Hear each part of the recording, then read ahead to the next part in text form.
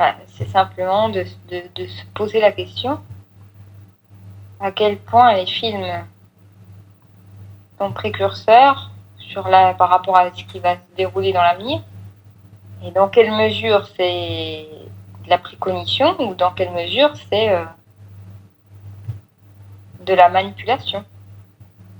C'est-à-dire de la préparation au peuple d'être déjà dorénavant en phase avec les films, en fait. Avec le scénario des films. Pardon. En fait, c'est une préparation mentale, c'est-à-dire qu'on te montre quelque chose qui paraît fictif, qui est fictif puisque c'est un film. En fait, on te le montre de manière répétée et dans des cas différents, via différents films, pour que ça s'ancre en toi et que ça devienne quelque chose. Le jour où ça arrive, tu l'as déjà vu plein de fois. Oui, et du coup, tu es déjà préparé, t'es pas surpris. C'est ça, t'es préparé et en plus, t'es conditionné à accepter l'inacceptable. Ouais, accepter l'inacceptable, ouais. C'est pas mal.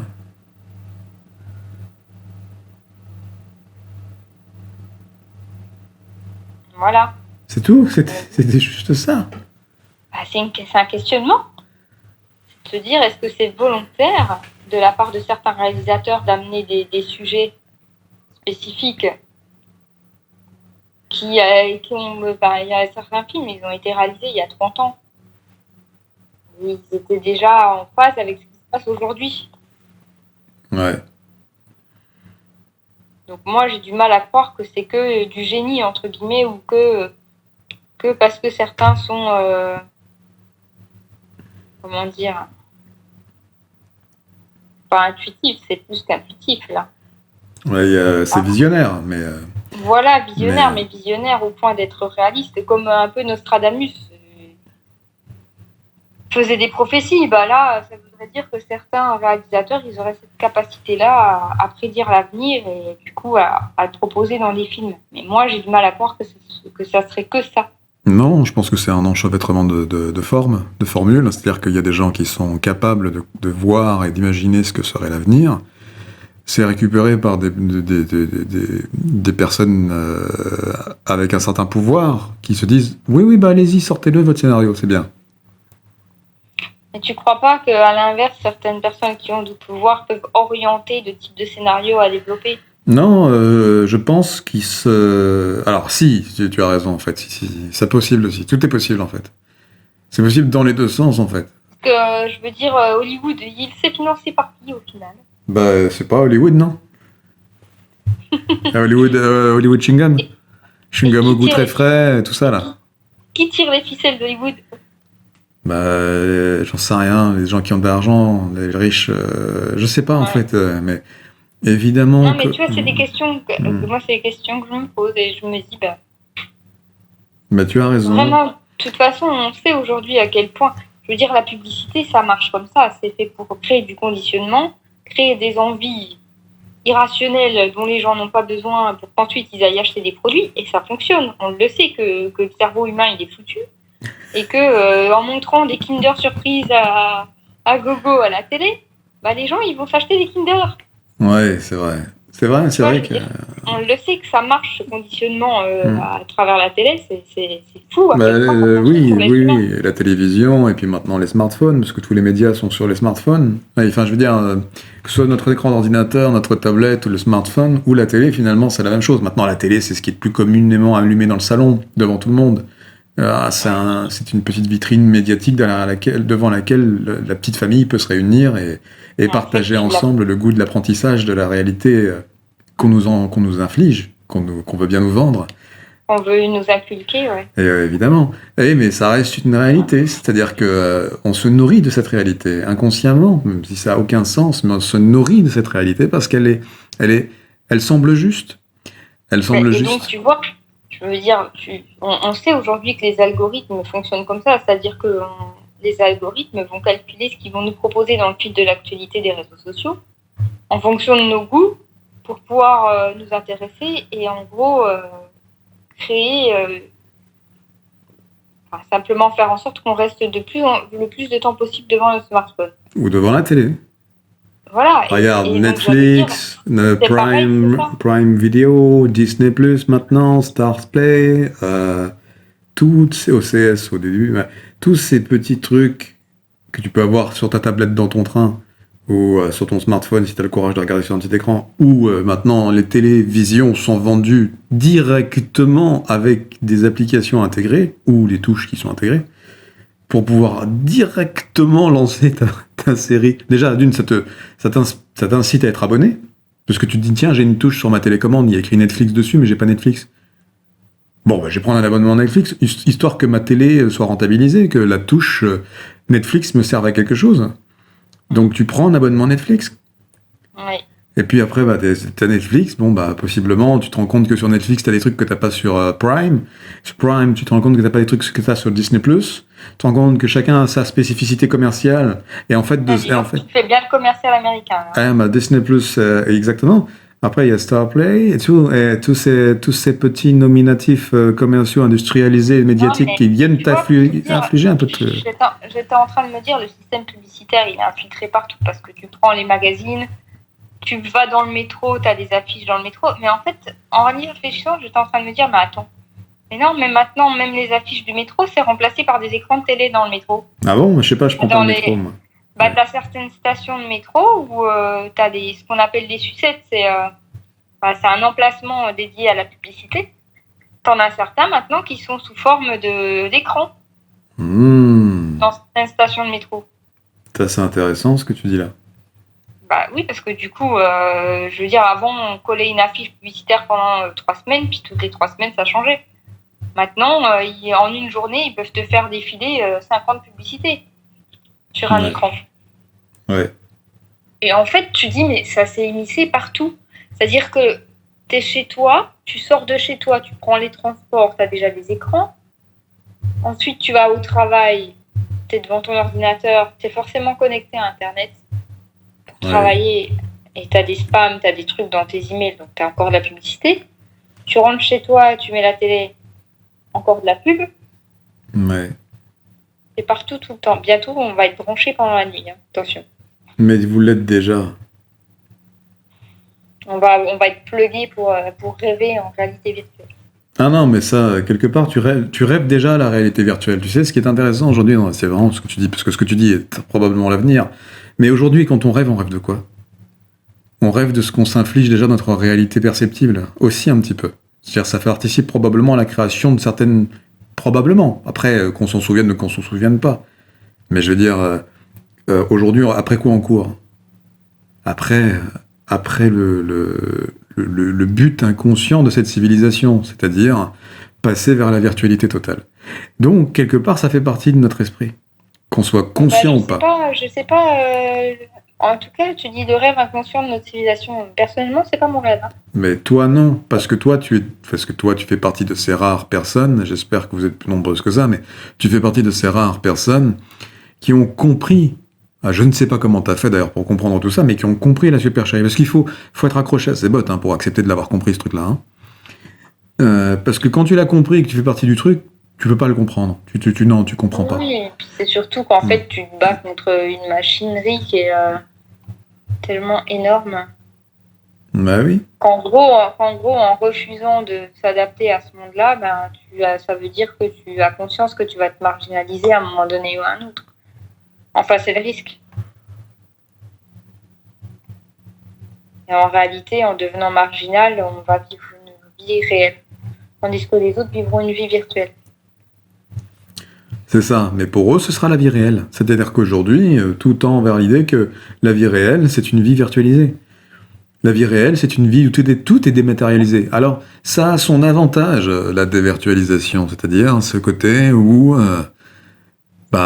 oui, on coupe moins d'arbres. Alors du coup, on fait valoir l'écologie. Hein. C'est ça qui est intéressant. Ouais, il y a le pendant. En réalité, un email, ça pollue peut-être plus qu'une feuille de papier. Voilà. Finalement, on devrait se contenter ni de l'un ni de l'autre, mais on se contente d'accepter la supercherie des deux. C'est-à-dire, autant couper les arbres, c'est pas une super idée. C'est pas bien. Et autant passer en tout virtuel pour soi-disant devenir écologique, c'est pas la meilleure idée qu'on a eue. Regarde, ne serait-ce que sans parler de virtualité, les voitures tendent vers ça, vers l'électrique, le tout électrique, les hyper connectés et tout ça. Les voitures, rien que les voitures, c'est une supercherie. Les écrans, les tableaux de bord, maintenant, ils sont comment on dit. C'est des pavés numériques et bientôt tactiles. Oui, ce sont des iPads, les écrans de voitures maintenant. Non, mais c'est ça, je veux dire, avant, t'avais ton contour avec, je veux dire, il y avait une vraie aiguille qui bougeait, quoi, Ouais, pour afficher ta vitesse. ouais, Maintenant, c'est numérique. c'est ça. Nos montres, elles sont numériques. Oui.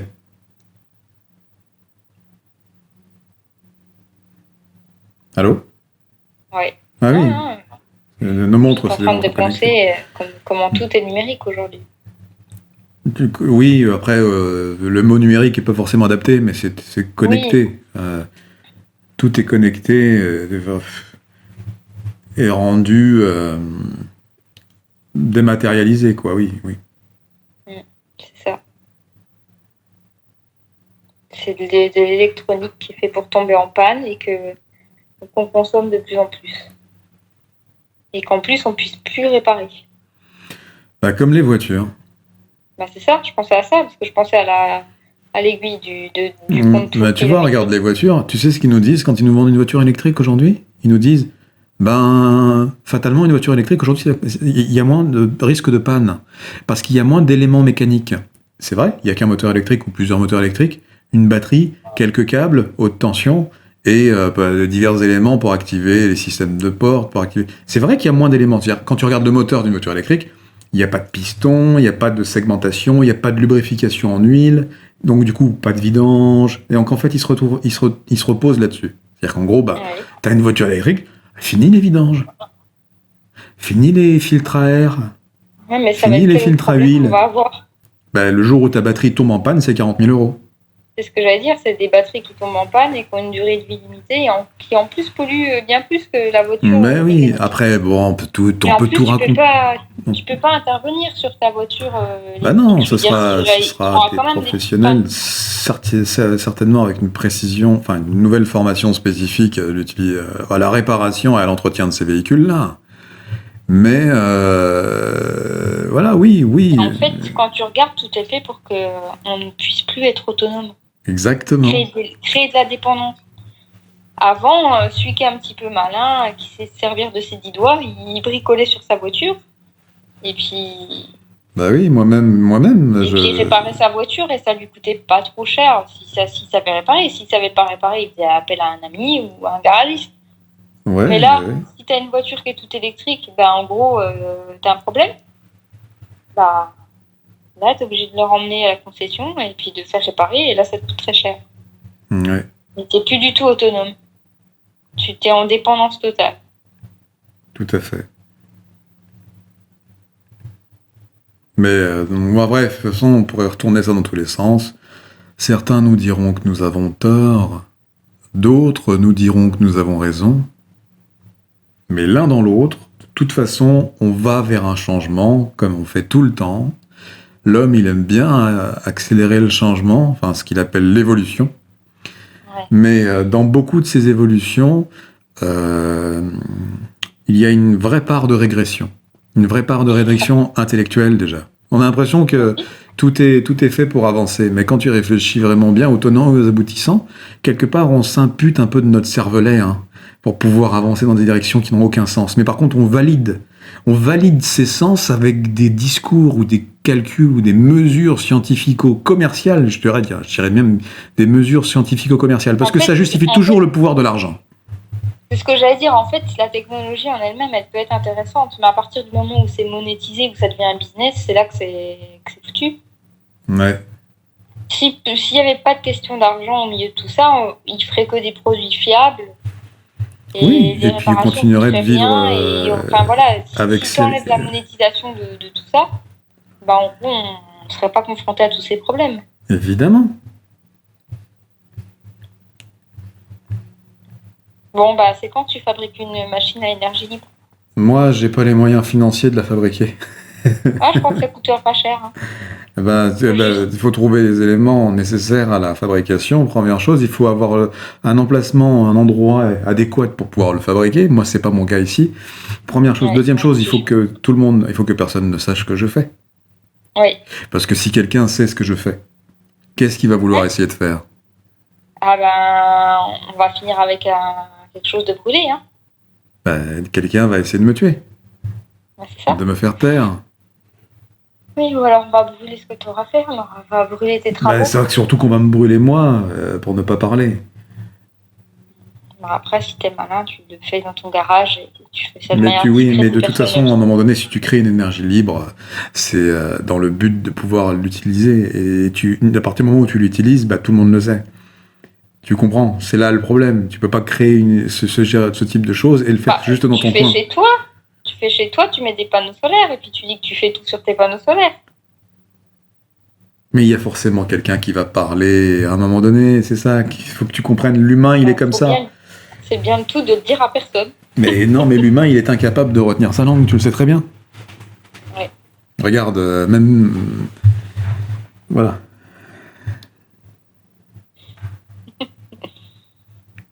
Bon. C'est bien. Tiens, j'ouvre une page internet, il y a écrit « La fin du monde approche à grands pas ». C'est quand même fort, ça. Quel est le rapport? Qu'est-ce que ça veut dire? La fin du monde approche à grands pas. De temps à autre, une nouvelle théorie concernant la fin du monde fait son apparition. Qu'elle soit basée sur des faits scientifiques ou fictionnels, une chose est sûre, on se demande tous quand est-ce qu'est prévue la fin des temps.